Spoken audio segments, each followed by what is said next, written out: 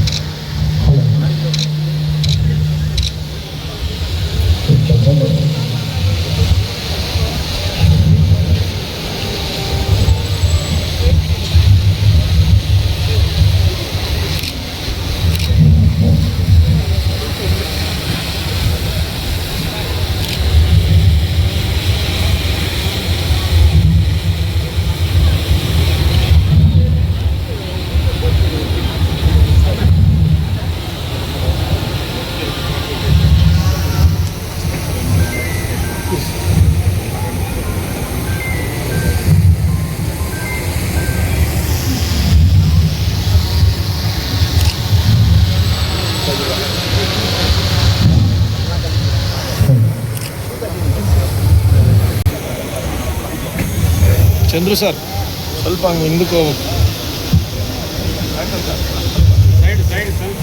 Side ಅಗ್ಲಕ್ಕೆ ನಿಂತ್ಕೊಳ್ಳಿ ದಯವಿಟ್ಟು. ರಾಷ್ಟ್ರೀಯ ಹಬ್ಬಗಳ ಆಚರಣೆ ತಾಲೂಕಿದೆಯಾ ಇಂದು ಈ ರಾಷ್ಟ್ರೀಯ ಹಬ್ಬಕ್ಕೆ ಸ್ವಾಗತಿಸ್ತಾ ಇದ್ದೀವಿ.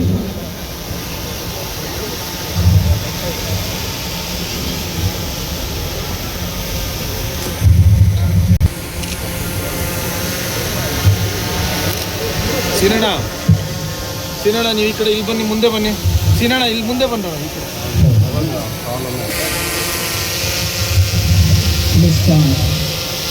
ಜೊತೆಗೆ ಮತ್ತೊಮ್ಮೆ ಸ್ವಾಗತವನ್ನು ಕೋರ್ತಾ ಇದ್ದೀವಿ.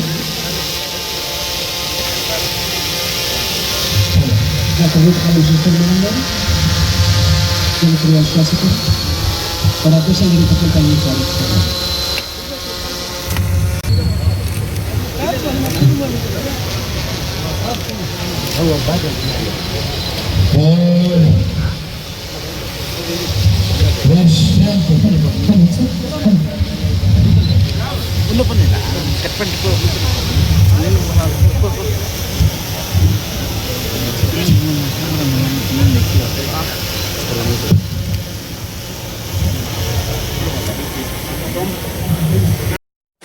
ಅವರಿಗೆ ನಮ್ಮ ನಿಮ್ಮೆಲ್ಲರ ಪರವಾಗಿ ಹೃದಯಪೂರ್ವಕ ಧನ್ಯವಾದಗಳನ್ನು ಅರ್ಪಿಸ್ತಾ ಇದ್ದೇವೆ. ನೂತನವಾಗಿ ನಿರ್ಮಿಸಿರ್ತಕ್ಕಂತಹ ಧ್ವಜಸ್ತಂಭವನ್ನ ಇದೀಗ ಡಾಕ್ಟರ್ ಋತುಕಲಾ ಶಶಿಧರ್ ಮೇಡಮ್ ಅವರು ಯಂತ್ರಚಾಲಿತ ಧ್ವಜಸ್ತಂಭವನ್ನ ಇದೀಗ ಉದ್ಘಾಟನೆ ಮಾಡಿದ್ದಾರೆ. ಅವರಿಗೆ ನಮ್ಮ ನಿಮ್ಮೆಲ್ಲರ ಪರವಾಗಿ ಹೃದಯಪೂರ್ವಕ ಧನ್ಯವಾದಗಳು. ಇದಕ್ಕೆ ಸಾಕ್ಷಿಯಾಗಿ ನಮ್ಮ ತಾಲೂಕು ಮಟ್ಟದ ಎಲ್ಲ ಅಧಿಕಾರಿಗಳು, ಮಾನ್ಯ SP ರವರಾಗಿರ್ತಕ್ಕಂಥ ಶಿವಾಂಶ ರಜಪತ್ ಸಾಹೇಬ್ ಅವರಿಗೆ ಸಾಕ್ಷಿಪುತ್ರರಾಗಿದ್ದಾರೆ. ತಾಲೂಕು ಮಟ್ಟದ ಎಲ್ಲ ಅಧಿಕಾರಿಗಳು ಅವರಿಗೆ ಸಾಕ್ಷಿಪುತ್ರರಾಗಿದ್ದಾರೆ. ಮುಂದೆ ಮಾತ್ರ ಮುಂದೆ ಬನ್ನಿ. ಸೆಂಟ್ ತೆರೆಸಾ ಶಾಲೆಯವರು ಹಾಡಲಿದ್ದಾರೆ. ದಯಮಾಡಿ ಎಲ್ಲರೂ ಎದ್ದು ನಿಂತು ಗೌರವ ಸೂಚಕವನ್ನು ವಿನಂತಿ.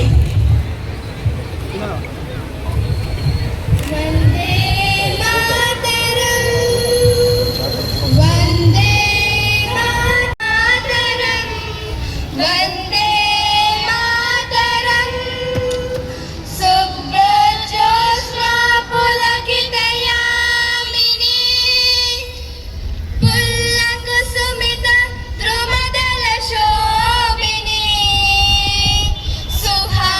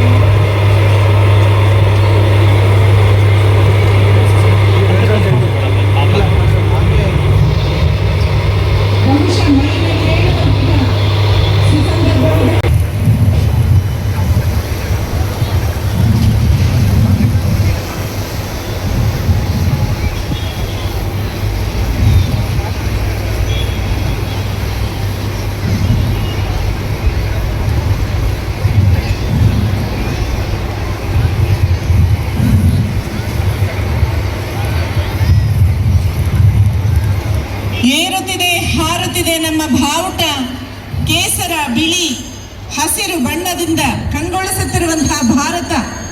ಕೇಸರಿ ಶೌರ್ಯವಾದರೆ ಬಿಳಿ ಶಾಂತಿ, ಹಸಿರು ಸಮೃದ್ಧಿ. ಎಲ್ಲರೂ ಜೋರಾದ ಕರತಾಡನದ ಮೂಲಕ ರಾಷ್ಟ್ರಧ್ವಜಕ್ಕೆ ಗೌರವವನ್ನು ಸಲ್ಲಿಸೋಣ.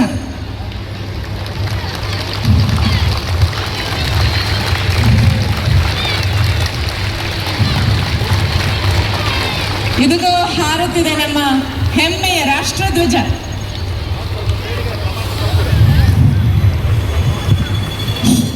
ಕೆಜಿಎಫ್ನ ಇತಿಹಾಸದಲ್ಲಿ ಪ್ರಪ್ರಥಮವಾಗಿ ಇಂತಹ ಧ್ವಜಾರೋಹಣವನ್ನು ನಡೆಯುತ್ತಿದೆ.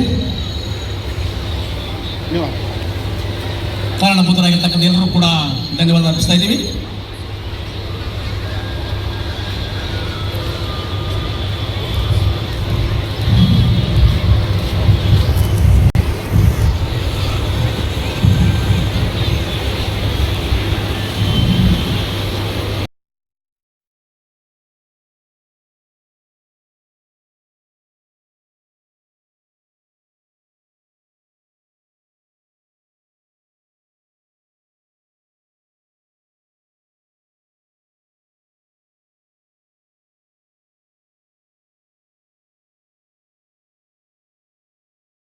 ವಿಧಾನಸಭಾ ಕ್ಷೇತ್ರ ಡಾಕ್ಟರ್ ರೂಪಕಲಾ ಎಂ ಶಶಿಧರ್ ಹಾಗೂ ಮಾನ್ಯ ಪೊಲೀಸ್ ವರಿಷ್ಠಾಧಿಕಾರಿಗಳು ಶಿವಾಂಶು ರಜಪೂತ್ ರವರಿಗೆ 80ನೇ ಸ್ವಾತಂತ್ರ್ಯ ದಿನಾಚರಣೆಯ ವಿಶೇಷ ಶುಭಾಶಯಗಳನ್ನು ಕೋರುತ್ತಾ ಕಾರ್ಯಕ್ರಮಕ್ಕೆ ಸ್ವಾಗತಿಸುತ್ತಿದ್ದೇನೆ.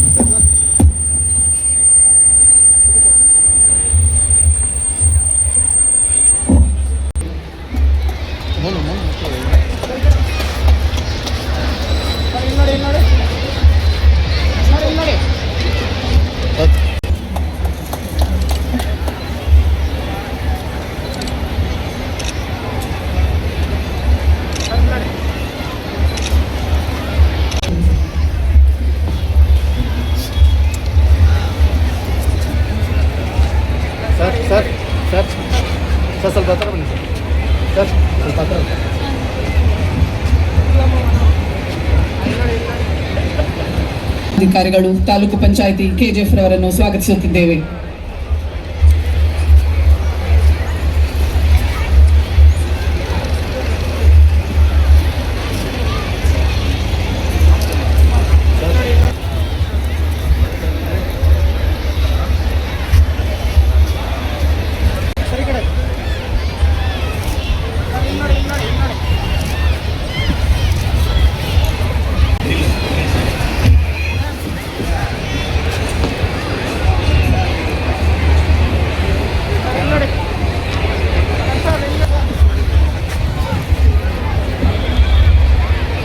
ಕಾರ್ಯಕ್ರಮಕ್ಕೆ ಸ್ವಾಗತವನ್ನು ಕೋರಲು ಬಯಸುತ್ತೇನೆ. ದೇಶದ ಅತ್ಯಂತ ಶ್ರೇಷ್ಠವಾದ ಮತ್ತು ನಮ್ಮೆಲ್ಲರ ಅಸ್ತಿತ್ವದ ಸ್ವರೂಪವಾದ ಸ್ವಾತಂತ್ರ್ಯ ದಿನಾಚರಣೆಯ ಪುಣ್ಯದ ದಿನದಂದು ನಾವಿಲ್ಲಿ ಸೇರಿದ್ದೇವೆ. ನಮ್ಮ ದೇಶದಲ್ಲಿ ಸಾವಿರಾರು ಹಬ್ಬಗಳಿವೆ, ಉತ್ಸವಗಳಿವೆ. ಎಲ್ಲ ಹಬ್ಬ ಉತ್ಸವಗಳಂತೆ ಒಂದು ಇನ್ನೊಂದರಂತೆ ಇಲ್ಲ, ಒಂದೂರಿನ ಆಚರಣೆಯಂತೆ ಇನ್ನೊಂದೂರಿನಲ್ಲಿಲ್ಲ. ಅದು ಭಾರತದ ವೈವಿಧ್ಯತೆ ಹಾಗೂ ಬಹುತ್ವದ ಲಕ್ಷಣ. ಆಚರಣೆಗಳು ಮಾತ್ರ ಅಲ್ಲ, ನಮ್ಮ ಉಡುಪು ಆಹಾರಗಳಿಂದ ಮೊದಲ್ಗೊಂಡು ಎಲ್ಲ ವಿಚಾರಗಳಲ್ಲೂ ನಾವು ಭಿನ್ನರು. ಭಾರತದ 70ನೇ ಸ್ವಾತಂತ್ರ್ಯ ದಿನಾಚರಣೆಯ ಶುಭ ಸಂದರ್ಭದಲ್ಲಿ ಸಮಗ್ರ ನಾಗರಿಕ ಬಂಧುಗಳಿಗೆ ಹಾರ್ದಿಕ ಶುಭಾಶಯಗಳು. ಇಂದಿನ ಸಮಾರಂಭದಲ್ಲಿ ಉಪಸ್ಥಿತರಿರುವ ಕೆಜಿಎಫ್ ಕ್ಷೇತ್ರದ ಲೋಕಪ್ರಿಯ ಶಾಸಕ ಡಾಕ್ಟರ್ ರೂಪಕಲಾ ಎಂ ಶಶಿಧರ್ ಅವರೇ, ಎಲ್ಲ ಗಣ್ಯರೇ, ಅಧಿಕಾರಿಗಳೇ, ಸಹೋದರಿಯರೇ ಹಾಗೂ ವಿದ್ಯಾರ್ಥಿಗಳೇ, ಎಲ್ಲ ಮಾಧ್ಯಮಿತರೇ, ನಾವು ಇಂದು ಸ್ವಾತಂತ್ರ್ಯವನ್ನು ಆಚರಿಸಲು ಎಲ್ಲರೂ ಇಲ್ಲಿ ಒಟ್ಟುಕೊಂಡಿದ್ದೀವಿ. ಇಂದು ನಾವು ನಮ್ಮ ದೇಶದ 80ನೇ ಸ್ವಾತಂತ್ರ್ಯ ದಿನಾಚರಣೆಯನ್ನು ಹೆಮ್ಮೆಯಿಂದ ಆಚರಿಸುತ್ತಿದ್ದೇವೆ. ಆಗಸ್ಟ್ 15 ರಂದು ಭಾರತವು ಬ್ರಿಟಿಷರ ಆಳ್ವಿಕೆಯಿಂದ ಸ್ವಾತಂತ್ರ್ಯ ಪಡೆಯಿತು. ಈ ಸ್ವಾತಂತ್ರ್ಯ ನಮಗೆ ಸುಲಭವಾಗಿ ಸಿಕ್ಕಿಲ್ಲ. ಮಹಾತ್ಮ ಗಾಂಧೀಜಿ, ಜವಾಹರ್ಲಾಲ್ ನೆಹರು, ಭಗತ್ ಸಿಂಗ್, ಸುಭಾಷ್ ಚಂದ್ರ ಬೋಸ್, ಡಾಕ್ಟರ್ BR ಅಂಬೇಡ್ಕರ್, ಲಾಲ್ ಬಹದ್ದೂರ್ ಶಾಸ್ತ್ರಿ, ಬಾಲ್ ಗಂಗಾಧರ್ ತಿಲಕ್, ಲಕ್ಷ್ಮೀಬಾಯಿ, ರಾಣಿ ಲಕ್ಷ್ಮೀಬಾಯಿ ಸೇರಿದಂತೆ ಅನೇಕ ಮಹನೀಯರು ತಮ್ಮ ಜೀವನವನ್ನೇ ದೇಶಕ್ಕೆ ಅರ್ಪಿಸಿದರು. ಈ ದೇಶ, ನಮ್ಮ ದೇಶ ಯಾವ ಸ್ಥಿತಿಯಿಂದ ಇತ್ತು, ಈಗ ಯಾವ ಸ್ಥಿತಿಯಲ್ಲಿ ನಾವು ನೋಡ್ತಾ ಇದ್ದೀವಿ. ಈಗ ಬಹಳ ಬದಲಾವಣೆ ಆಗಿದೆ. ಮತ್ತೆ ಇನ್ನೂ ಬಹಳ ಬದಲಾವಣೆ ಆಗಬೇಕು. ಅದರಲ್ಲಿ ನಮ್ಮ ದೇಶದ ಯುವ ಶಕ್ತಿ ಬಹಳ ಮುಖ್ಯ ಇದೆ. ಈ ಯುವ ಶಕ್ತಿ ದೇಶ ಅಭಿವೃದ್ಧಿಗೆ, ಉನ್ನತೀಕರಣಕ್ಕೆ ಅವ್ರದ್ದು ಕೈ ಜೋಡಿಸಲ್ಲ, ನಮ್ಮ ದೇಶ ಅಭಿವೃದ್ಧಿ ಆಗಲ್ಲ. ನಮ್ಮ ಯುವ ಶಕ್ತಿಗೆ ಪೂರ್ಣ ಬಳಸಲಿಕ್ಕೆ ಅವರು ಡ್ರಗ್ಸಿಂದ ಮತ್ತು ಬೇರೆ ಏನಾದರೂ ಇಲ್ಲೀಗಲ್ ಚಟುವಟಿಕೆಯಿಂದ ದೂರ ಇರಬೇಕು. ನಮ್ಮ KGFಯಲ್ಲಿ ಸ್ಪೆಷಲಿ ಎಷ್ಟು ಟ್ಯಾಲೆಂಟೆಡ್ ನಮ್ಮ ಯುವಕರು ಇದ್ದಾರೆ. ಅವರು ಸ್ಪೋರ್ಟ್ಸಲ್ಲಿ, ಬೇರೆ ಬೇರೆ ಸ್ಪೋರ್ಟ್ಸಲ್ಲಿ ಎಷ್ಟು ಟ್ಯಾಲೆಂಟೆಡ್ ಜನ ಇದ್ದಾರೆ. ಎಜುಕೇಷನಲ್ಲಿ ಇದ್ದರೆ ಕೂಡ ಎಷ್ಟು ಎಜುಕೇಷನ್ ಕ್ವಾಲಿಟಿ, ಲಿಟ್ರೇಸಿಯಲ್ಲಿ ಭಾಳ ಪೊಟೆನ್ಷಿಯಲ್ ಇದೆ. ಅದು ಇದ್ದರೂ ಕೂಡ ನಮ್ಮ ಮುಂದೆ ದಿನದಲ್ಲಿ ಇನ್ನೂ ಅಭಿವೃದ್ಧಿ ಆಗಬೇಕು. ಅದರಲ್ಲಿ ಎಲ್ಲ ಯುವಕರು ಡ್ರಗ್ಸಿಂದ ಮತ್ತು ಇನ್ನು ಜಾಲತಾಣದಲ್ಲಿ ಏನಾದರೂ ಇಲ್ಲಿಗಲ್ ಆ್ಯಕ್ಟಿವಿಟಿ ನಡೀತದೆ ಅದರಿಂದ ಸ್ವಲ್ಪ ದೂರ ಇರಬೇಕು. ಮತ್ತು ನಮ್ಮ ಬಹಳ ಬಹುಮೂಲ್ಯ ಜೀವನ ನಾವು ಈಗ ಟ್ರಾಫಿಕ್ ಕಾನೂನು ಪಾಲನೆ ಮಾಡದೇ ಕಾರಣದಿಂದ ಅದು ಲೈಫ್ ಹೋಗ್ತಾ ಇದೆ.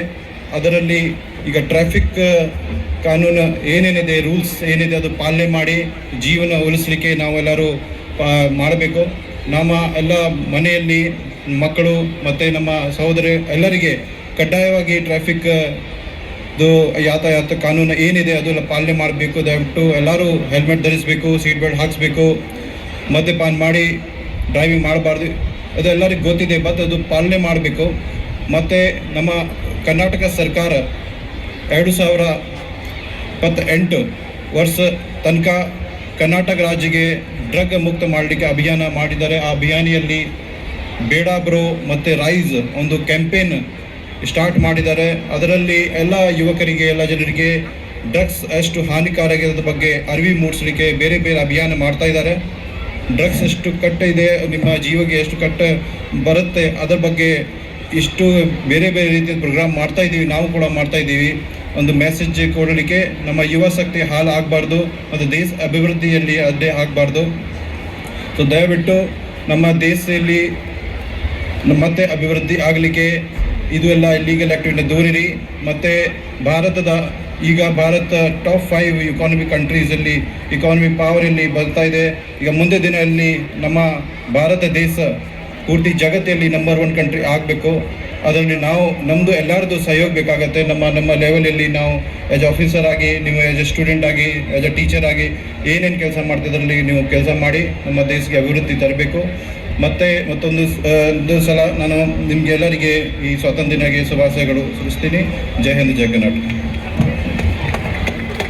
ಹುತಾತ್ಮರನ್ನ ನೆನೆಸುವ ದಿನ, ಸಂಭ್ರಮಿಸುವ ದಿನನೇ ಅಲ್ಲ, ಎಷ್ಟೋ ಜನ ಹುತಾತ್ಮರನ್ನ ನೆನೆಸುವ ದಿನ, ಸ್ವತಂತ್ರಕ್ಕಾಗಿ ತ್ಯಾಗ ಬಲಿದಾನ ಮಾಡಿದಂತ ಮಹನೀಯರನ್ನ ಸ್ಮರಿಸುವಂತ ದಿನ ಆಗಿದೆ.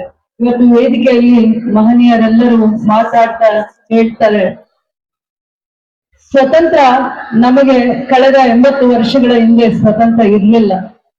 ಬಹಳ ವರ್ಷಗಳ ಕಾಲ, 100 ವರ್ಷಗಳ ಕಾಲ ಬ್ರಿಟಿಷರ ಆಳ್ವಿಕೆಯಲ್ಲಿ ನಾವು ತತ್ತರಿಸಿದ್ವಿ. ಗೌರವ ಇಲ್ಲದೆ, ಸ್ವತಂತ್ರತೆ ಇಲ್ಲದೆ, ಏನೇ ಪರಿಶ್ರಮಕ್ಕೂ ಬೆಲೆ ಇಲ್ಲದೆ ಬಹಳ ಜನ ಮಹನೀಯರು ನೊಂದು ಜೈಲ್ ಪಾಲಾಗಿ ಅವರ ಬಲಿದಾನ ಕೊಟ್ಟು ಸ್ವತಂತ್ರಕ್ಕೆ, ಇವತ್ತು ಭಾರತದ ಸ್ವತಂತ್ರಕ್ಕೆ ತಮ್ಮ ಪ್ರಾಣ, ರಕ್ತ, ಶ್ರಮ, ತಮ್ಮ ಇಡೀ ಜೀವನ, ಕುಟುಂಬವನ್ನ ತ್ಯಾಗ ಮಾಡಿದ್ದಾರೆ. ಅಂತಹ ದಿನ. ಎಷ್ಟೇ ನಾವು ಸ್ವತಂತ್ರ ದಿನದ ಬಗ್ಗೆ ಮಾತಾಡಿದ್ರು ಅದು ಚರಿತ್ರೆ ಪುಟಗಳಲ್ಲಿ ಎಷ್ಟೋ ಜನ ಉಳಿದಿದ್ದಾರೆ. ಇನ್ನು ಬಹಳಷ್ಟು ಜನ ಚರಿತ್ರೆ ಪುಟಗಳಲ್ಲಿ ಉಳಿದಿಲ್ಲ. ಆದ್ರೆ ಸ್ವತಂತ್ರ, ದೇಶ ಪ್ರೇಮ ಅನ್ನುವಂಥದ್ದು ಎಷ್ಟೋ ಮಟ್ಟಿಗೆ ಅವರನ್ನ ಹೋಗಿ ಆ ಸೇವೆಯಲ್ಲಿ ನಿಲ್ಲಿಸಿರುತ್ತೆ ಅನ್ನುವಂಥದ್ದನ್ನ ನೆನೆಯುವಂಥದ್ದಿಲ್ಲ. ಬೇರೆ ಎಲ್ಲ ದೇಶಗಳು ಸ್ವತಂತ್ರವನ್ನ ತಗೊಳ್ಳುವಾಗ ವರ್ಲ್ಡ್ ವಾರ್ಸ್ ಆಗುತ್ತೆ. ಎಷ್ಟೋ ಜನ ಅವ್ರ ದೇಶಕ್ಕೆ ಸ್ವತಂತ್ರ ತರಬೇಕು ಅಂದಾಗ first world war, second world war, ಎಷ್ಟೋ ಸಾವಿರಾರು ಸೈನಿಕರು ಹುತಾತ್ಮರಾಗ್ತಾರೆ. ಆದ್ರೆ ಭಾರತ ಒಂದೇ ಒಂದು ದೇಶ ತಮ್ಮ ಐಡಿಯಾಲಜೀಸ್, ಪ್ರಿನ್ಸಿಪಲ್ಸ್ ನ ಫಾಲೋ ಮಾಡುತ್ತೆ. ನಾವು ಸ್ವತಂತ್ರನ ತಗೊಳ್ಳುವಂಥದ್ದು ಇಡೀ ಎಷ್ಟು ದೇಶ ಇದೆ ವಿಶ್ವದಲ್ಲಿ, ಅಷ್ಟು ದೇಶಕ್ಕೆ ನಾವು ಮಾದರಿ ಆಗಿರುವಂತಹ ಭಾರತ ದೇಶ. ಬಹಳ ಪರಿಶ್ರಮ, ಶ್ರದ್ಧೆ, ನಾನ್ ವೈಲೆನ್ಸ್, ಅಹಿಂಸಾ ಮಾರ್ಗವನ್ನ ನಾವು ಅನುಸರಿಸ್ತೀವಿ. ಅಹಿಂಸಾ ಮಾರ್ಗ, ತ್ಯಾಗದ ಜೊತೆ ಶಾಂತಿ, ಅಹಿಂಸಾ ಮಾರ್ಗವನ್ನ ನಾವು ಅನುಸರಿಸ್ತೀವಿ.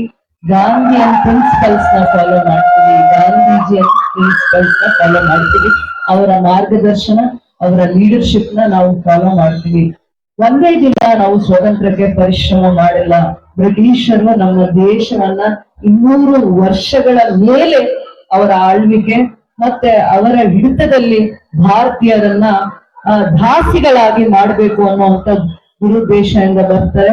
ಭಾರತ ಬಹಳ ವರ್ಷಗಳ ಕಾಲ ಇವರ ಆಳ್ವಿಕೆಯಿಂದ ನರಳಿದೆ, ನೊಂದಿದೆ, ಸ್ವತಂತ್ರತೆ ಇಲ್ಲದೆ ನೊಂದಿದೆ. ಪೂರ್ವಿಕರು ಬಹಳ ಅವಮಾನವನ್ನ ಅನುಭವಿಸಿ ತ್ಯಾಗ, ಬಲಿದಾನ, ಜೀವನವನ್ನ ನೆನೆಸುವಂತ ದಿನ ಇದು ಸ್ವತಂತ್ರ ಭಾರತ. ಸ್ವತಂತ್ರ ಭಾರತಕ್ಕೆ ಎಷ್ಟು ಜನ ಮಹನೀಯರನ್ನ ನಾವು ಹೇಳಿದಾಗ ಅದು ಎಷ್ಟೇ ಮಹನೀಯರನ್ನ ನಾವು ಗುರುತಿಸ್ಕೊಂಡು ಅದಕ್ಕೂ ಮೀರಿರುವಂತ ಮಹನೀಯರು ತಮ್ಮ ಇಡೀ ಸಂಘಟನೆಯಲ್ಲಿ ತಮ್ಮ ಇಡೀ ಜೀವನವನ್ನ ಬಲಿದಾನವನ್ನ ಮಾಡಿದ್ದಾರೆ. ಫಸ್ಟ್ ನಾವು ಸ್ವತಂತ್ರಕ್ಕೆ ಪ್ರಯತ್ನ ಮಾಡಿದಾಗ ಫಸ್ಟ್ ನಾನ್ ವೈಲೆನ್ಸ್ ಅನ್ನ ನಾವು ಪ್ರಿನ್ಸಿಪಲ್ಸ್ ಆಗಿ, ಬೇಸಿಕ್ ಪ್ರಿನ್ಸಿಪಲ್ಸ್ ಆಗಿ ನಾನ್ ವೈಲೆನ್ಸ್, ಅಹಿಂಸಾ ಮಾರ್ಗವನ್ನ, ಮತ್ತೆ ಸಿವಿಲ್ ಡಿಸೊಬಿಡಿಯನ್ಸ್, ಸ್ಟೂಡೆಂಟ್ಸು, ಎಂಪ್ಲಾಯೀಸು, ಸೈನಿಕರು ಬೈಕಾಟ್ ಮಾಡ್ತಾರೆ. ಅವರ ಯಾರು ವಿದ್ಯಾರ್ಥಿಗಳಿರ್ತಾರೆ ಬೈಕಾಟ್ ಮಾಡ್ತಾರೆ, ಸಿಸ್ಟಮ್ ನ ಬೈಕಾಟ್ ಮಾಡ್ತಾರೆ, ಬ್ರಿಟಿಷರ್ಸ್ ನ ವಿರೋಧ ಮಾಡ್ತಾರೆ. ಅವರು ಈ ರೀತಿಯ ನಾವು ಸಿವಿಲ್ ಡಿಸೊಬಿಡಿಯನ್ಸ್ ನ ಫಸ್ಟ್ ತೋರಿಸ್ತೀವಿ. ಕ್ವಿಟ್ ಇಂಡಿಯಾ ಮೂವ್ಮೆಂಟ್ ನ ನಾವು ನೆನೆಸ್ಕೋಬೇಕಾಗತ್ತೆ. ಬ್ರಿಟಿಷರ್ಸ್ ನ ನಾವು ಎಷ್ಟು ರೀತಿಯಲ್ಲಿ ವಿರೋಧ ಮಾಡ್ತಾರೆ ಅಂದ್ರೆ ಅವತ್ತಿನ ವಿದ್ಯಾರ್ಥಿಗಳು, ಅವತ್ತಿನ ಸೈನಿಕರು, ಅವತ್ತಿನ ಎಲ್ಲ ಇಲಾಖೆಯಲ್ಲಿ ಕೆಲಸ ಮಾಡುವಂತವ್ರು ಕೂಡ ಅವರನ್ನ ವಿರೋಧ ಮಾಡ್ತಾ ಬರ್ತಾರೆ. ಪ್ರತಿ ಸಂದರ್ಭದಲ್ಲೂ ಕೂಡ ಗಾಂಧೀಜಿಯನ್ ಪ್ರಿನ್ಸಿಪಲ್ಸ್ ನ ಫಾಲೋ ಮಾಡಿದಾಗ, ಅಂದ್ರೆ ನಾವು ತೆರಿಗೆಯನ್ನ ಕಟ್ಟಲ್ಲ ಅಂತ ಬ್ರಿಟಿಷರ್ಸ್ಗೆ ಮೊದಲನೇ ಹಂತದಲ್ಲಿ ತಿರಸ್ಕಾರವನ್ನ ತೋರಿಸುವಾಗ, ಗಾಂಧೀಜಿ ಜೊತೆ ನಡೆಯುವಾಗ ಬರೀ 78 ಜನ ಮಾತ್ರ ಅದು ಸಾಲ್ಟ್, ನಾವು ತೆರಿಗೆಯನ್ನ ಕಟ್ಟಲ್ಲ, ನಿಮಗೆ ಟ್ಯಾಕ್ಸ್ ಪೇ ಮಾಡಲ್ಲ, ಸಾಲ್ಟ್ಗೆಲ್ಲ ಟ್ಯಾಕ್ಸ್ ಪೇ ಮಾಡಲ್ಲ ಅನ್ನುವಂತ ಒಂದು ದಿಟ್ಟ ಹೆಜ್ಜೆಯಲ್ಲಿ ಬರೀ 78 ಜನ ಶಬರಿಮಠ ಆಶ್ರಮದಿಂದ ಹೆಜ್ಜೆಯನ್ನ ಇಡ್ತಾರೆ ಗಾಂಧೀಜಿ ಅವ್ರ ಜೊತೆ. ಗಾಂಧೀಜಿ ಫಸ್ಟ್ ಫ್ರೀಡಮ್ ಮೂವ್ಮೆಂಟ್ ಅಲ್ಲಿ 240 ಕಿಲೋಮೀಟರ್ ಅನ್ನ ಪಾದಯಾತ್ರೆ ಮಾಡ್ತಾರೆ. 240 ಕಿಲೋಮೀಟರ್ ಇಡೀ ಎಲ್ಲ ರಾಜ್ಯಗಳನ್ನ ಪ್ರವಾಸ ಮಾಡುವಂತ ಸಂದರ್ಭದಲ್ಲಿ ಎಲ್ಲಾ ತರವರ ಪರಿಚಯ ಮಾಡಿ ಎಲ್ಲರಲ್ಲೂ ಸ್ವತಂತ್ರದ ಕಿಚ್ಚನ್ನ, ಹೋರಾಟದ ಒಂದು ಭಾವನೆಯನ್ನ ಹುಟ್ಟಿಸ್ಲಿಕ್ಕೆ ಬಹಳ ಪರಿಶ್ರಮಗಳೇ ನಡೆದಿರುತ್ತೆ. ಆದ್ರೆ ಯಾವುದೇ ಒಂದು ಪ್ರಯತ್ನ ಒಂದು ದಿನದಲ್ಲಿ ಫಲಿಸಲ್ಲ ಅನ್ಲಿಕ್ಕೆ 100 ವರ್ಷಗಳ ಪರಿಶ್ರಮ. ನಾವು ಸ್ವತಂತ್ರದ ಇವತ್ತು ಸಂಭ್ರಮ ಆಚರಣೆಯ ಸವಿ ನೆನಪುಗಳನ್ನ ನೆನೆಸ್ತಾ ಇದ್ದೀವಿ.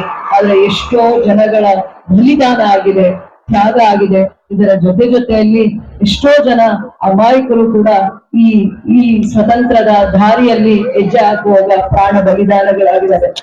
ಏನು ನಾವು ನಿರ್ಧಾರವನ್ನ ಮಾಡಕ್ಕೆ ಮುಂಚೆ ಆಲೋಚನೆ ಮಾಡ್ಬೇಕಾಗಿರೋದು, ಆ ದಿನಗಳನ್ನ ನೆನಪು ಹಾಕುವುದು ಒಂದು ಕ್ಷಣ ಆಗಿರುತ್ತೆ, ಆದ್ರೆ ಆ ಪರಿಶ್ರಮ 100 ವರ್ಷಗಳ ಕಥೆಯನ್ನ ಹೇಳುತ್ತೆ. ಪ್ರತಿಯೊಂದು ಕುಟುಂಬದಲ್ಲೂ, ಪ್ರತಿಯೊಂದು ಜಿಲ್ಲೆಯಲ್ಲೂ, ಪ್ರತಿಯೊಂದು ರಾಜ್ಯದಲ್ಲೂ, ಪ್ರತಿಯೊಂದು ಮನೆಯಲ್ಲೂ ಕೂಡ ಸ್ವತಂತ್ರದ ಚರಿತ್ರೆಯನ್ನ ಹೇಳುವಂತ ಸವಿ ನೆನಪುಗಳನ್ನ ಇದ್ದಾರೆ. ಆ ದಿನ ನಾವು ಸಂಭ್ರಮಿಸುತ್ತಾ ತ್ಯಾಗ ಬಲಿದಾನವನ್ನ ಮಾಡಿರುವಂತವರ ಜೀವನ ಚರಿತ್ರೆಗೆ ಒಂದು ಕ್ಷಣ ಅವರನ್ನ ನೆನಪಿಸುತ್ತಾ, ಗೌರವವನ್ನ ಸೂಚಿಸುತ್ತಾ, ಸ್ವತಂತ್ರ ಬಹಳ ದಿನ ಪ್ರತಿಯೊಬ್ಬ ವ್ಯಕ್ತಿಯ ಸ್ವತಂತ್ರ ಆಗಿರುತ್ತೆ. ಆದ್ರೆ ನಮ್ಮ ದೇಶಕ್ಕೆ ಸಾವಿರಾರು ವರ್ಷಗಳ ಕಾಲ ಸ್ವತಂತ್ರತೆ ಇರ್ಲಿಲ್ಲ. ಯಾಕೆ ಅಂದ್ರೆ ಮೊದಲನೇ ಹಂತದಲ್ಲಿ ನಾವು ಸ್ವತಂತ್ರ ಬರಕ್ಕೆ ಮುಂಚೆ ಪೂರ್ವದಲ್ಲಿ ರಾಜರ ಆಳ್ವಿಕೆಯಲ್ಲಿ ಇರ್ತೀವಿ. ರಾಜರ ಆಳ್ವಿಕೆಯಲ್ಲಿದ್ದಾಗ ಒಗ್ಗಟ್ಟು ಇರಲ್ಲ. ಪ್ರತಿಯೊಂದು ರಾಜ್ಯ ತನ್ನ ಹಿಡಿತದಲ್ಲಿ ಪ್ರಾಂತ್ಯಗಳನ್ನ ಇಟ್ಕೋಬೇಕು ಅನ್ನುವಂತ ಒಂದು ದೂರದೃಷ್ಟಿ ಇದ್ದಾಗ ಅವರನ್ನ ಅರ್ಥ ಮಾಡಿಕೊಂಡ ಬ್ರಿಟಿಷರು, ಫ್ರೆಂಚರು, ಡಚ್ಚರು ವ್ಯಾಪಾರಕ್ಕಾಗಿ ಬಂದವರು ಭಾರತದ ಮೇಲೆ ವ್ಯಾಪಾರದ ವ್ಯಾಮೋಹ ಮತ್ತೆ ಇವರನ್ನು ಹೇಗೆ ಒಡೆದು ಆಳಿದ್ರೆ ನಾವು ಸ್ವತಂತ್ರರಾಗಿ ಈ ಭಾರತ ದೇಶನ ಬಹಳ ವರ್ಷಗಳ ಕಾಲ ದಬ್ಬಾಳಿಕೆಯಿಂದ ನಾವು ಇವರನ್ನ ಹಿಡಿತದಲ್ಲಿ ಇಡ್ಬೋದು ಅನ್ನುವಂತ ದುರಾಲೋಚನೆ ಅವರಿಗೆ ಬರುತ್ತೆ. ನಾವು ಬಹಳ ಯಾವಾಗ್ಲೂ ಭವ್ಯ ಭಾರತ ಅಂತ ಹೇಳ್ತಾ ಇರ್ತಾರೆ. ಇಲ್ಲ, ನಾವು ಭವ್ಯ ಭಾರತದಲ್ಲಿ ಎಲ್ಲಾ ರೀತಿಯಲ್ಲೂ ನಾವು ಬೇರೆ ದೇಶದವ್ರನ್ನ ನಾವು ನಂಬುವಂತ ಪರಿಸ್ಥಿತಿಯಲ್ಲಿ ಇಲ್ಲದೆ ಇದ್ದಾಗೂ ಕೂಡ ಯಾವಾಗ ಫ್ರೆಂಚರ್ ಬರ್ತಾರೆ, ಬೇರೆ ದೇಶದವ್ರು ಬರ್ತಾರೆ ಅಂತ ಎಲ್ಲಾ ಸಂದರ್ಭದಲ್ಲೂ ಕೂಡ ನಮ್ಗೆ ಅವ್ರ ಜೊತೆ ಬಹಳ ಗೌರವದಿಂದಾನೇ ನಡ್ಕೋತಾ ಇರ್ತಾರೆ, ಸ್ನೇಹದಿಂದ ಇರ್ತಾರೆ. ಅವ್ರು ಏನೇ ಹೇಳಿದ್ರು ನಂಬುವಂತ ಅಮಾಯಕರಾಗಿರುವಂತ ಭಾರತೀಯರು ನಾವಾಗಿರ್ತೀವಿ. ನಮಗೆ ಮೋಸ ಗೊತ್ತಿರಲ್ಲ, ಮೋಸನೂ ಗೊತ್ತಿರಲ್ಲ, ಹಿಂದೆ ಏನ್ ಮಾಡ್ತಾರೆ ಅಂತ ಭಾರತೀಯರಿಗೆ ಗೊತ್ತೇ ಇರಲ್ಲ. ಬಹಳ ವರ್ಷಗಳ ಕಾಲ ಬರ್ತಾರೆ, ನಮ್ಮಲ್ಲಿರೋರ್ನ ಸೈನಿಕರು ಮಾಡ್ಕೋತಾರೆ, ನಮ್ಮಲ್ಲಿರುವಂತ ಬೇರೆ ರಾಜ್ಯದ ಬೇರೆ ಪ್ರಾಂತ್ಯದ ವಿರುದ್ಧ ಕಟ್ತಾರೆ. ಮತ್ತೆ ಅವರ ಹಿಡಿತಕ್ಕೆ, ಅವರ ಆಡಳಿತದ ಹಿಡಿತಕ್ಕೆ ಬಹಳ ವರ್ಷಗಳ ಕಾಲ ದಾಸಿಗಳಾಗಿ ಭಾರತೀಯರ ಪ್ರತಿಯೊಬ್ಬರನ್ನಾಗಿ ದಾಸಿಯರನ್ನಾಗಿ ಮಾಡಿ ಕೂರಿಸ್ತಾರೆ. ಇಂಥ ನೋವನ್ನ ಅನುಭವಿಸಿರುವಂತ ಎಷ್ಟೋ ಜನ ಮಹನೀಯರು, ವಲ್ಲಭಭಾಯ್ ಪಟೇಲ್ ಇರ್ಬೋದು, ಭಗತ್ ಸಿಂಗ್ ಇರ್ಬೋದು, ರಾಣಿ ಲಕ್ಷ್ಮೀಬಾಯಿ ಇರ್ಬೋದು, ಸಂಗೊಳ್ಳಿ ರಾಯಣ್ಣ ಇರ್ಬೋದು, ಕಿತ್ತೂರು ರಾಣಿ ಚೆನ್ನಮ್ಮ ಇರ್ಬೋದು, ಸುಭಾಷ್ ಚಂದ್ರ ಬೋಸ್ ಇರ್ಬೋದು, ಅಂಬೇಡ್ಕರ್ ಅವರ ಆದಿಯಾಗಿ ಗಾಂಧೀಜಿಯವರು ಕೂಡ ಬಹಳ ಯೋಚನೆ ಮಾಡಿ, ಗಾಂಧೀಜಿಯವರು ಇಷ್ಟೆಲ್ಲ ಐಡಿಯಾಲಜೀಸ್ ನ ಪ್ರಿನ್ಸಿಪಲ್ಸ್ ನ ಫಾಲೋ ಮಾಡ್ಬೇಕಂದ್ರೆ ಅವರು ಸೌತ್ ಆಫ್ರಿಕಾ ಅಲ್ಲಿ ಬಹಳ ವರ್ಷಗಳ ಕಾಲ ಬ್ಯಾರಿಸ್ಟರ್ ಆಗಿ ಸೇವೆ ಮಾಡುವಂತ ಸಂದರ್ಭದಲ್ಲಿ ಅಲ್ಲಿ ಏನು ಸೋಷಿಯಲ್ ಡಿಸ್ಕ್ರಿಮಿನೇಷನ್ ಇರುತ್ತೆ ಅದನ್ನ ನೋಡಿ ಭಾರತೀಯರ ಜೊತೆನೂ ಆ ಸೋಷಿಯಲ್ ಡಿಸ್ಕ್ರಿಮಿನೇಷನ್ ಆಗ್ತಾ ಇದ್ದಿದ್ದು ಎಡೆಯಲ್ಲಾಗಿ ಆ ನೋವನ್ನ ಅನುಭವಿಸಿ ಅಲ್ಲಿ ಮೊದಲನೇ ವಿರೋಧವನ್ನ ಮಾಡ್ತಾರೆ. ಸೌತ್ ಆಫ್ರಿಕಾ ಅಲ್ಲಿ ಗಾಂಧೀಜಿಯವರು ಮೊದಲನೇ ಹೋರಾಟದ ಕಿಚ್ಚು ಅವರಿಗೆ ಬರುತ್ತೆ. ಅವರು ಮೂಲತಃ ಗುಜರಾತ್ ನಿಂದ ತಮ್ಮ ಹೋರಾಟವನ್ನ ಶುರು ಮಾಡ್ಲಿಲ್ಲ. ಮೊದಲನೇ ಹೋರಾಟ ಸೌತ್ ಆಫ್ರಿಕಾ ಅಲ್ಲಿ ಮಾಡಿ ತದನಂತರ ದಿನಗಳಲ್ಲಿ ಭಾರತವನ್ನ ಯಾವ ರೀತಿ ಸ್ವತಂತ್ರದಿಂದ ಕಾಪಾಡ್ಕೋಬೇಕು ಅಂದ್ರೆ ನಾವು ವೆಪನ್ಸ್ ಇಂದ ನಾವು ಸ್ವತಂತ್ರವನ್ನ ಕಾಪಾಡ್ಕೊಳ್ಳಿಲ್ಲ. ವೆಪನ್ಸ್ ಅಂದ್ರೆ ಗನ್ ಅನ್ನ ನಾವು ಮುಟ್ಲಿಲ್ಲ. ಆದ್ರೆ ಸ್ವತಂತ್ರ ಭಾರತ ಪ್ರತಿಯೊಬ್ಬರ ಧೈರ್ಯ, ದಿಟ್ಟ ಹೆಜ್ಜೆ ಮತ್ತೆ ಆಲೋಚನೆ, ನಮ್ಮಲ್ಲಿರುವಂತ ಸ್ವತಂತ್ರದ ಭಾವನೆ, ಗೌರವದಿಂದ ಮಾತ್ರ ನಾವು ಸ್ವತಂತ್ರವನ್ನ ತಗೊಳ್ಳಲಿಕ್ಕೆ ಆಗಿದೆ. ಇದು ಎಲ್ಲ ದೇಶಗಳಿಗೆ ಮಾದರಿಯಾಗಿ ನಾವು ನಮ್ಮ ಸ್ವತಂತ್ರವನ್ನ ಕಾಪಾಡ್ಕೊಳ್ಳುವಂತ ಪ್ರಯತ್ನದಲ್ಲಿ ಯಶಸ್ವಿ ಆಗಿದ್ದೀವಿ. ಆದ್ರೆ ಬಹಳ ಜನ ಮಹನೀಯರು ತ್ಯಾಗ ಮಾಡಿದ್ದಾರೆ, ತಮ್ಮ ಇಡೀ ಜೀವನವನ್ನ ತ್ಯಾಗ ಮಾಡಿದ್ದಾರೆ. ಬಲಿದಾನ ಆಗಿರ್ಬೋದು, ಮತ್ತೆ ಬ್ರಿಟಿಷರನ್ನ ವಿರೋಧ ಮಾಡಿ ಬ್ರಿಟಿಷರ ಷಡ್ಯಂತ್ರಗಳಿಗೆ ಬಲಿಯಾಗಿದ್ದಾರೆ. ಅವರ ಎಲ್ಲಾ ಷಡ್ಯಂತ್ರಗಳನ್ನ ಮಟ್ಟ ಹಾಕ್ಲಿಕ್ಕೂ ಕೂಡ ಬಹಳ ದಿಟ್ಟ ಹೆಜ್ಜೆ ಇಟ್ಟಿರುವಂತ ಭಗತ್ ಸಿಂಗ್, ಸುಭಾಷ್ ಚಂದ್ರ ಬೋಸ್ ಇವರನ್ನೆಲ್ಲರನ್ನೂ ಕೂಡ ನಾವು ಇವತ್ತು ವಿದ್ಯಾರ್ಥಿಗಳು ಅವರನ್ನ ಸದಾ ಕಾಲ ನೆನಿಬೇಕು ಅಂತ ಹೇಳ್ತೀನಿ. ಖಂಡಿತ ಯುವ ಜನತೆ ನಮ್ಮ ದೇಶಕ್ಕೆ ದೊಡ್ಡ ಆಸ್ತಿ ಆಗ್ಬೇಕು. ಪ್ರತಿ ಹಂತದಲ್ಲೂ ನಾವು ಹೇಳ್ತೀವಿ ಅವರಿಗಿರುವಂತ ಯುವ ಜನತೆಗೆ ಬಹಳ ಯಾಕೆ ನಮ್ಮ ದೇಶಕ್ಕೆ ಆಸ್ತಿ ಆಗ್ತಾರೆ, ಯುವ ಜನತೆ ಯಾಕೆ ಆಸ್ತಿ ಆಗ್ತಾರೆ ಅಂದ್ರೆ ಅವರಲ್ಲಿ ಪ್ರತಿಭೆ ಇರುತ್ತೆ. ಪ್ರತಿಯೊಂದು ಮಗು ಬಹಳ ವಿಶೇಷವಾಗಿರುವಂತ ಪ್ರತಿಭೆ ಇರುತ್ತೆ. ಆ ಪ್ರತಿಭೆ, ಅವರ ಪರಿಶ್ರಮ, ಜ್ಞಾನ, ವಿದ್ಯೆಯಿಂದ ಅವರು ದೇಶಕ್ಕೆ ಆಸ್ತಿ ಆಗ್ತಾರೆ. ಅದರಿಂದ ಪ್ರತಿ ಯುವ ಜನತೆಯ ಶಕ್ತಿ ಏನಾದ್ರೂ ನೋಡ್ಬೇಕಂದ್ರೆ ಅವರ ಸಂಘಟನೆಯಲ್ಲಿ ಶಕ್ತಿ ಇದೆ, ಅವರ ಆಲೋಚನೆಯಲ್ಲಿ ಶಕ್ತಿ ಇದೆ, ಅವರ ಚಿಂತನೆಯಲ್ಲಿ ಶಕ್ತಿ ಇದೆ. ಯಾವತ್ತೂ ಕೂಡ ಯುವ ಜನತೆ ದೇಶಕ್ಕೆ ಆಸ್ತಿಯೇ ಆಗ್ಬೇಕು. ನಮ್ಮ ದೇಶ ಅಭಿವೃದ್ಧಿ ಆಗ್ಬೇಕಂದ್ರೆ, ವಿಶ್ವದ ಅತಿ ಎತ್ತರದ ಸ್ಥಾನಕ್ಕೆ ನಮ್ಮ ದೇಶ ಹೋಗ್ಬೇಕಂದ್ರೆ ಇವತ್ತಿನ ಯುವ ಜನತೆ ದೇಶದ ಪ್ರತಿಯೊಬ್ಬ ಪ್ರಜೆ ಆಗಿ ಆಲೋಚನೆ ಮಾಡ್ಬೇಕು. ಯಾವುದೇ ಒಂದು ಬೇರೆ ದುಶ್ಚಟಗಳಿಗೆ ಯುವ ಜನತೆ ಬಲಿ ಆಗ್ಬಾರ್ದು. ಅದೇ ಒಂದು ಪ್ರಯತ್ನ, ಪ್ರತಿಜ್ಞೆಯಲ್ಲಿ ನಾನಾಗಿರ್ಬೋದು, KGF ಕ್ಷೇತ್ರದ SP ಅವರಾಗಿರ್ಬೋದು, ನಾವು ಮ್ಯಾರಥಾನ್ ಅನ್ನುವಂತ ಒಂದು ಮಕ್ಕಳಲ್ಲಿ ಆಸಕ್ತಿ, ಕ್ರೀಡೆಗಳ ಬಗ್ಗೆ ಆಸಕ್ತಿ ಅನ್ನ ವಹಿಸ್ಲಿಕ್ಕೋಸ್ಕರ ಅಂತ ಒಂದು ಪ್ರಯತ್ನವನ್ನ ಮಾಡ್ತೀವಿ. ಬಹಳ ಜನ ಮಕ್ಕಳು, ವಿದ್ಯಾರ್ಥಿಗಳು, ವಿಶೇಷವಾಗಿ KGF ನ ವಿದ್ಯಾರ್ಥಿಗಳು ಬಹಳ ಜನ ಅದರಲ್ಲಿ ಭಾಗವಹಿಸಿದ್ರು, ಯಶಸ್ವಿ ಆಗಿದ್ದಾರೆ. ಅವರಿಗೆ ಅಷ್ಟೊಂದು ಉತ್ಸಾಹ ಇದೆ ಅನ್ನುವಂಥದ್ದನ್ನೇ ನಮ್ ಗಮನಕ್ಕೆ ಬರ್ಲಿಲ್ಲ. ಆ ರೀತಿ ಯುವಕರಲ್ಲಿ ಹೆಚ್ಚಿನ ಕ್ರೀಡಾ ಪ್ರೋತ್ಸಾಹ ಮಾಡುವಂತ ದೂರದೃಷ್ಟಿ ನಮ್ಮಲ್ಲೂ ಇದೆ. ಅದಾದ್ಮೇಲೆ ಮುಂದೆ ಬರುವಂತ ದಿನಗಳಲ್ಲಿ KGF ಕ್ರೀಡಾ ಆಸಕ್ತರಿಗೆ, ಕ್ರೀಡೆಯಲ್ಲಿ ಹೆಚ್ಚಿನ ಆಸಕ್ತಿ ಇರುವಂತವರಿಗೆ ಸಿಂಥೆಟಿಕ್ ಟ್ರ್ಯಾಕ್ ಇಲ್ಲೂ ಮಾಡ್ತೀವಿ, ಸಿಂಥೆಟಿಕ್ ಟ್ರ್ಯಾಕ್ ಇಲ್ಲೂ ಮಾಡ್ತೀವಿ. ಅದಾದ್ಮೇಲೆ ಜುಮ್ಖಾನ ಗ್ರೌಂಡ್ ಅಲ್ಲೂ ಕೂಡ ಅವರಿಗೆ ಎಲ್ಲಾ ರೀತಿಯ ಸವಲತ್ತನ್ನ ಮಾಡ್ತೀವಿ. ಫುಟ್ಬಾಲ್ ಪ್ಲೇಯರ್ಸ್ ಇರ್ಬೋದು, ವಾಲಿಬಾಲ್ ಪ್ಲೇಯರ್ಸ್ ಇರ್ಬೋದು, ಇಂಡೋರ್ ಗೇಮ್ಸ್, ಔಟ್ಡೋರ್ ಗೇಮ್ಸ್ಗೆ ಎಷ್ಟು ಪ್ರಯತ್ನ ಮಾಡಿ ಒತ್ತು ಕೊಡ್ಲಿಕ್ಕೆ ಆಗುತ್ತೆ. ಸರ್ಕಾರದ ಸಹಾಯದಿಂದ ಮತ್ತೆ ಖೇಲೋ ಇಂಡಿಯಾ ಅನ್ನುವಂಥವ್ರು ಮುಂದೆ ಬಂದಿದ್ದಾರೆ. ಅಂತವರ ಸಹಕಾರವನ್ನ ತಗೊಂಡು ಕೇಂದ್ರ ಸರ್ಕಾರ, ರಾಜ್ಯ ಸರ್ಕಾರದ ಸಹಕಾರಗಳನ್ನ ತಗೊಂಡು ಇಲ್ಲಿನ ಕ್ರೀಡಾಪಟುಗಳಿಗೆ, ಕ್ರೀಡಾ ಉತ್ಸಾಹಿಗಳಿಗೆ, ಕ್ರೀಡಾ ಪ್ರೇಮಿಗಳಿಗೆ ಹೊಸ ವಾತಾವರಣವನ್ನ KGF ಕ್ಷೇತ್ರದಲ್ಲಿ ಎಲ್ಲಾ ಕ್ರೀಡಾಂಗಣಗಳ ಅತ್ಯಾಧುನಿಕ ಇವತ್ತಿನ ಕಾಲಮಾನಕ್ಕೆ ಅವರಿಗೆ ಬೇಕಾಗಿರುವ ಅತ್ಯಾಧುನಿಕ ವ್ಯವಸ್ಥೆಯನ್ನ ಮಾಡುವಂತದ್ರಲ್ಲಿ ಯಶಸ್ವಿ ಆಗ್ತೀನಿ ಅಂತ ಹೇಳ್ತಾ, ಕೌಶಲ್ಯ ಅಭಿವೃದ್ಧಿಗೆ ಹೆಚ್ಚಿನ ಮಹತ್ವವನ್ನ ಕೊಡ್ತೀವಿ. ಬರುವಂತ ದಿನಗಳಲ್ಲಿ KGF ಕ್ಷೇತ್ರದಲ್ಲಿ ನಮಗೆ ಇರುವಂತ ಏನು ಸರ್ಕಾರದ KDB ಜಾಗದಲ್ಲಿ ನಮಗೆ ಉದ್ಯೋಗ ಸೃಷ್ಟಿ ಆಗುವ, ಉದ್ಯೋಗ ಕ್ರಾಂತಿ ಸೃಷ್ಟಿ ಆಗುವಂತ ಎಲ್ಲ ಲಕ್ಷಣಗಳನ್ನ ಬಂದಿದೆ. ಮತ್ತೆ ಈ ಭಾಗದಲ್ಲಿ ಉದ್ಯೋಗ ಸೃಷ್ಟಿ ಮಾಡುವಂತ ಕಂಪನೀಸ್ ಇಂದ ಈ ಭಾಗದಲ್ಲಿ 30,000 ರಿಂದ 50,000 ಕುಟುಂಬಗಳಿಗೆ ಉದ್ಯೋಗ ಸಿಗ್ಬೋದು. ನೇರವಾಗಿ ಅಥವಾ ಪರ್ಯಾಯವಾಗಿ ಉದ್ಯೋಗ ಸೃಷ್ಟಿ ಮಾಡುವಂತ ಒಂದು ದೂರದೃಷ್ಟಿ ನನ್ನ ಸರ್ಕಾರದ ಚಿಂತನೆ ಆಗಿದೆ. ಇರುವ ಜಾಗವನ್ನ, ಯಾವ ಜಾಗ ನಾವು ಉಳಿಸ್ಕೊಂಡಿದೀವಿ, ರಾಜ್ಯ ಸರ್ಕಾರದ ಆದ್ಯತೆ ಮೇಲೆ ಕೆಲಸ ಮಾಡ್ಲಿಕ್ಕೆ ಯಾವ ಜಾಗವನ್ನ ಉಳಿಸ್ಕೊಂಡಿದೀವಿ, ಆ ಜಾಗದ ಮಹತ್ವವನ್ನ ಅರ್ಥ ಮಾಡಿಸುವಂತ ದಿನಗಳು ಬರುತ್ತೆ. ಭವಿಷ್ಯದಲ್ಲಿ ಬಹಳ ಜನ ಉದ್ಯೋಗ ಸೃಷ್ಟಿ ಮಾಡ್ಲಿಕ್ಕೋಸ್ಕರ ಈ ಜಾಗ KGF ಕ್ಷೇತ್ರವನ್ನ ಆರಿಸ್ಕೊಂಡಿದ್ದಾರೆ.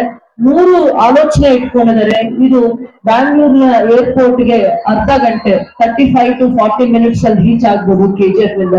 ಅದಾದ್ಮೇಲೆ ಕುಪ್ಪಂ ಏರ್ಪೋರ್ಟ್ಗೂ ಕೂಡ ನಾವಿಲ್ಲಿಂದ ಒಂದ ಅರ್ಧ ಗಂಟೆ ಅಥವಾ 40 ನಿಮಿಷದಲ್ಲಿ ನಾವು ಕುಪ್ಪಂ ಏರ್ಪೋರ್ಟ್ಗೆ ಮುಂದಿನ ದಿನಗಳಲ್ಲಿ.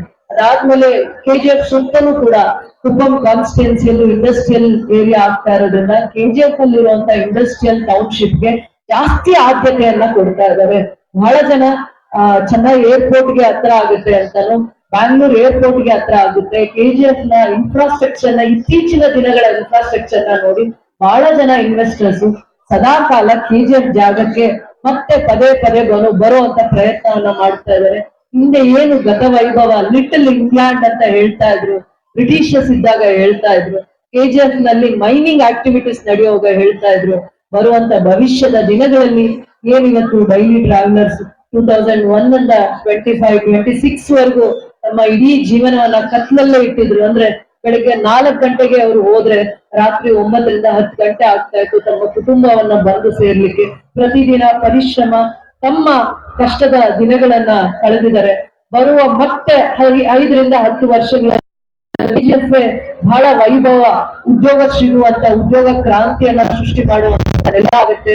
ಸಾವಿರಾರು ಜನಕ್ಕೆ ಉದ್ಯೋಗ ಸೃಷ್ಟಿ ಮಾಡುವಂತದೆಲ್ಲ ಆಗಿ ಏನು ಹಿಂದೆ ಏನು ಗತ ವೈಭವನ್ನ ಕಳ್ಕೊಂಡಿತ್ತು, ಆ ವೈಭವ ಮತ್ತೆ ಮರುಕಳಿಸುವ ಎಲ್ಲಾ ಅವಕಾಶಗಳು, ಸದಾವಕಾಶಗಳು ನಮ್ಮ ಸರ್ಕಾರ KGF ಜನತೆಗಾಗಿ ಮತ್ತೆ ಅವರಿಗಾಗಿ ಗೌರವಿಸುತ್ತಾ, ಸ್ಮರಿಸುತ್ತಾ, ಆ ಏನು ತ್ಯಾಗ ಮಾಡಿದ್ದಾರೆ ಆ ಎಲ್ಲಾ ಕುಟುಂಬಗಳಿಗೂ ಕೂಡ ಅವರಿಗೆ ಒಳ್ಳೇದು ಮಾಡೋ ದೂರದೃಷ್ಟಿಯಿಂದ ಸೇವೆಯನ್ನ ಮಾಡಿದ್ದಾರೆ. ಬರುವಂತ ದಿನಗಳಲ್ಲಿ ಅದಕ್ಕೆ ಹೆಚ್ಚಿನ ಮಾಹಿತಿಯನ್ನ ನಿಮ್ಗೆ ಕೊಡ್ತೀನಿ. ಏನು KGF ನಲ್ಲಿ ನಾವು ಹೆಚ್ಚಿಗೆ ವಿದ್ಯಾಭ್ಯಾಸಕ್ಕೆ, ಪ್ರತಿಯೊಂದು ಕುಟುಂಬದ ಗೃಹಿಣಿಗೆ, ಪ್ರತಿಯೊಂದು ಕುಟುಂಬದ ತಾಯಿಗೆ, ಗೃಹಲಕ್ಷ್ಮಿಗೆ ಗೌರವವನ್ನ ಕೊಟ್ಟು KGF ಒಂದೇ ಒಂದು ಕ್ಷೇತ್ರಕ್ಕೆ ಪ್ರತಿ ತಿಂಗಳು 9 ಕೋಟಿ ಅನುದಾನ DPT ಮುಖಾಂತರ ಪ್ರತಿಯೊಂದು ಹೆಣ್ಮಗು ಅಕೌಂಟ್ಗೆ 50 ಕೋಟಿಯಷ್ಟು ಅನುದಾನ KGF ಕ್ಷೇತ್ರಕ್ಕೆ ಬಂದಿದೆ. ಜೂನ್ ವರೆಗೂ ಕೂಡ ಆ ಅನುದಾನವನ್ನ ಆ ಹೆಣ್ಮಕ್ಳ ಅಕೌಂಟ್ಗೆ ಹಾಕಿದ್ದಾರೆ. ಮತ್ತೆ ಏನೇನು ಬೇರೆ ಸ್ಥಾನವನ್ನ ಕೊಟ್ಟಿದ್ದಾರೆ. ಶಿಕ್ಷಣ ಕ್ಷೇತ್ರಕ್ಕೆ, ದೇಗುಲಗಳನ್ನ ಅಭಿವೃದ್ಧಿ ಮಾಡ್ಲಿಕ್ಕೆ, ರಸ್ತೆಗಳನ್ನ ಅಭಿವೃದ್ಧಿ ಮಾಡಿ, ನಮಗೆ ಎತ್ತಿನಹೊಳೆ ಯೋಜನೆಯಲ್ಲಿ ಬೇತ್ಮಂಗ್ಲ, ರಾಮಸಾಗರ ಕುಡಿಯುವ ನೀರಿನ ಒಂದು ಕೆರೆಯಾಗಿ ಅಭಿವೃದ್ಧಿ ಮಾಡ್ಲಿಕ್ಕೆ ಸರ್ಕಾರ ಪದೇ ಹೇಳ್ತಾ ಇರ್ತಾರೆ. KGF ಅಲ್ಲಿ SP ಆಫೀಸ್ ನ ಬೇರೆ ಕಡೆಗೆ ವರ್ಗಾವಣೆ ಮಾಡುವಂತ ಚಿಂತನೆಯನ್ನ ಮಾಡ್ತಾರೆ ಅಂತ. ಕಳೆದ 5 ವರ್ಷಗಳಲ್ಲೂ ಕೂಡ ಹಿಂದೆ ಇದೇ ರೀತಿ ಪ್ರಚಾರವನ್ನ ಮಾಡ್ತಾ ಇತ್ತು. SP ಆಫೀಸ್ KGF ಗೆ ವಿಶೇಷವಾಗಿರುವ ಮಾನ್ಯತೆ ಯಾಕೆ ಕೊಟ್ಟಿದ್ದಾರೆ ಅಂತ ಸರ್ಕಾರಕ್ಕೆ ಬಹಳ ಹಿಂದೆ 50 ವರ್ಷಗಳಿಂದ ಅಥವಾ 100 ವರ್ಷಗಳಿಂದ ಯಾಕೆ KGF ಗೆ SP ಆಫೀಸ್ ನ ಅವಶ್ಯಕತೆ ಇತ್ತು ಅನ್ನುವಂತ ಚಿಂತನೆ ಸರ್ಕಾರದ ಮಟ್ಟದಲ್ಲಿ ಇರೋದ್ರಿಂದ ನನ್ನ ಹಂತದಲ್ಲಿ ನನ್ನ ಸರ್ಕಾರ ಅದರ ಬಗ್ಗೆ ಚಿಂತನೆ ಆಗ್ಲಿ, ಆಲೋಚನೆ ಆಗ್ಲಿ ಮಾಡಿರುವಂತ ವಿಚಾರದಲ್ಲಿ ನನಗೆ ಮಾಹಿತಿ ಇಲ್ಲ. ಆದ್ರೂ ಕೂಡ ನಾವು KGF ಗೆ ವಿಶೇಷವಾಗಿ ಏನು SP ಆಫೀಸ್ ನಾವು ಕಾಪಾಡ್ಕೊಂಡಿದೀವಿ. ಹಿಂದೆ ನಮ್ಮ ಸರ್ಕಾರ ಇಲ್ಲದೆ ಇದ್ದಂತ ಸಂದರ್ಭದಲ್ಲಿ ಮುಂದಿನ ದಿನಗಳಲ್ಲೂ ಕೂಡ SP ಆಫೀಸ್ ಬೇಕಾಗುತ್ತೆ. ಯಾಕಂದ್ರೆ 1000 acres ಅಲ್ಲಿ ಇಂಡಸ್ಟ್ರೀಸ್, ಇಂಟಿಗ್ರೇಟೆಡ್ ಟೌನ್ಶಿಪ್ ಮತ್ತೆ ಪೊಲೀಸ್ ಟ್ರೈನಿಂಗ್ ಬೇರೆ ಜಿಲ್ಲೆಗೆ ವರ್ಗಾವಣೆ ಮಾಡ್ಲಿಕ್ಕೆ ಅವಕಾಶ ಮಾಡಿಕೊಡುವಂತ ಚಿಂತನೆಯಲ್ಲೇ ನಾವಿಲ್ಲ, ಮತ್ತೆ ಸರ್ಕಾರನೂ ಕೂಡ ಇಲ್ಲ. ಯಾಕೆ ಅದರ ವಿಚಾರ ಬಹಳ ಚರ್ಚೆ ಆಯ್ತು ಅಂತ ನಮ್ಗೆ ಗೊತ್ತಿಲ್ಲ. ಬರುವಂತ ದಿನಗಳಲ್ಲಿ SP ಆಫೀಸ್ ಕೂಡ KGF ಇತಿಮಿತಿಯಲ್ಲೇ ಇರುತ್ತೆ. ಅದನ್ನ ಕಳ್ಕೊಳ್ಳುವಂತ ಯಾವುದೇ ಆಲೋಚನೆ ನಮ್ಮ ಸರ್ಕಾರಕ್ಕೂ ಇಲ್ಲ, ನನಗೂ ಇಲ್ಲ ಅಂತ ಹೇಳ್ತಾ, ಆಚರಣೆಯ ಸಂಭ್ರಮದ ಸವಿಯಲ್ಲಿ ಎಲ್ಲಾ ಮಕ್ಕಳು ಮತ್ತೆ ಪೆರೇಡ್ ಅಲ್ಲಿ ಭಾಗವಹಿಸಿರುವುದು, ವೇದಿಕೆಯಲ್ಲಿರುವಂತ ಎಲ್ಲ ಗಣ್ಯರು, ಈ ಕಾರ್ಯಕ್ರಮನ ಅಚ್ಚುಕಟ್ಟಾಗಿ ಆಯೋಜನೆ ಮಾಡಿರುವಂತ ಶಿಕ್ಷಣ ಇಲಾಖೆ, ಎಲ್ಲ ಇಲಾಖೆಗಳ ಸಮನ್ವಯದ ಜೊತೆ ನಮ್ಮ KGF ಕ್ಷೇತ್ರದಲ್ಲಿ ಸ್ವತಂತ್ರ ದಿನಾಚರಣೆಯನ್ನ ಅರ್ಥಪೂರ್ಣವಾಗಿ ನಾವು ಆಚರಣೆ ಮಾಡ್ತಾ ಇದ್ದೀವಿ. ಭವ್ಯ ಸ್ವತಂತ್ರದ ಸಂಭ್ರಮದ ಕನಸನ್ನ ಕಂಡ ಪೂರ್ವಿಕರಿಗೆ, ತ್ಯಾಗಜೀವಿಗಳಿಗೆ, ತಮ್ಮ ಜೀವನವನ್ನ ಬಲಿದಾನ ಕೊಟ್ಟವರನ್ನ ಸ್ಮರಣೆ ಮಾಡುತ್ತಾ ಸ್ವತಂತ್ರ ದಿನಾಚರಣೆಯ ದಿನ ನಮ್ಮೆಲ್ಲರಿಗೂ ಮತ್ತೊಮ್ಮೆ ನನ್ನ ಹೃದಯಪೂರ್ವಕವಾದ ಧನ್ಯವಾದಗಳನ್ನ ಹೇಳಲಿಕ್ಕೆ ಇಷ್ಟಪಡ್ತೀನಿ. ಮತ್ತೆ ನಗರಸಭೆ ವಿಶೇಷವಾಗಿರುವಂತ ಒಂದು, ನಾವು ಎಂದೂ ಅರಿಯದಂತ ಒಂದು ಧ್ವಜಾರೋಹಣದ ಒಂದು ಜಾಗವನ್ನ ಬಹಳ ಅಚ್ಚುಕಟ್ಟಾಗಿ, ಒಂದು ಯಾವ ರೀತಿ ನಮಗೆ ಒಂದು ನಮ್ಮ ರಾಷ್ಟ್ರ ಧ್ವಜವನ್ನ ನೋಡಿದಾಗ ಭಕ್ತಿ, ಶ್ರದ್ಧೆ, ಪ್ರೇಮವನ್ನ ಬರುತ್ತೆ, ಆ ರೀತಿ ಆ ಊಹೆಗೆ ಮೀರಿರುವಂತ ಕೆಲಸವನ್ನ ಮಾಡಿದ್ದಾರೆ. ಅವರಿಗೂ ಕೂಡ, ಅವರ ತಂಡಕ್ಕೆ ಈ ದಿನ ನಾನು ಮನಸ್ಫೂರ್ತಿಕವಾಗಿ ನಾನು ಧನ್ಯವಾದಗಳನ್ನ ಹೇಳಲಿಕ್ಕೆ ಇಷ್ಟಪಡ್ತೀನಿ. ನಾನು ಇಡೀ ನನ್ನ ಕ್ಷೇತ್ರದ ವಿದ್ಯಾರ್ಥಿಗಳ ಪರವಾಗಿ, ಕ್ರೀಡಾಪಟುಗಳ ಪರವಾಗಿ, ಎಲ್ಲ ಇಲಾಖೆಯ ಪರವಾಗಿ ನಿಮಗೆ ವಿಶೇಷವಾಗಿ ಈ ದಿನ ನಾನು ಧನ್ಯವಾದಗಳನ್ನ ಹೇಳಲಿಕ್ಕೆ ಇಷ್ಟಪಡ್ತೀನಿ. ಜೈ ಹಿಂದ್, ಜೈ ಭಾರತ್ ಮಾತೆ, ಜೈ ಕರ್ನಾಟಕ.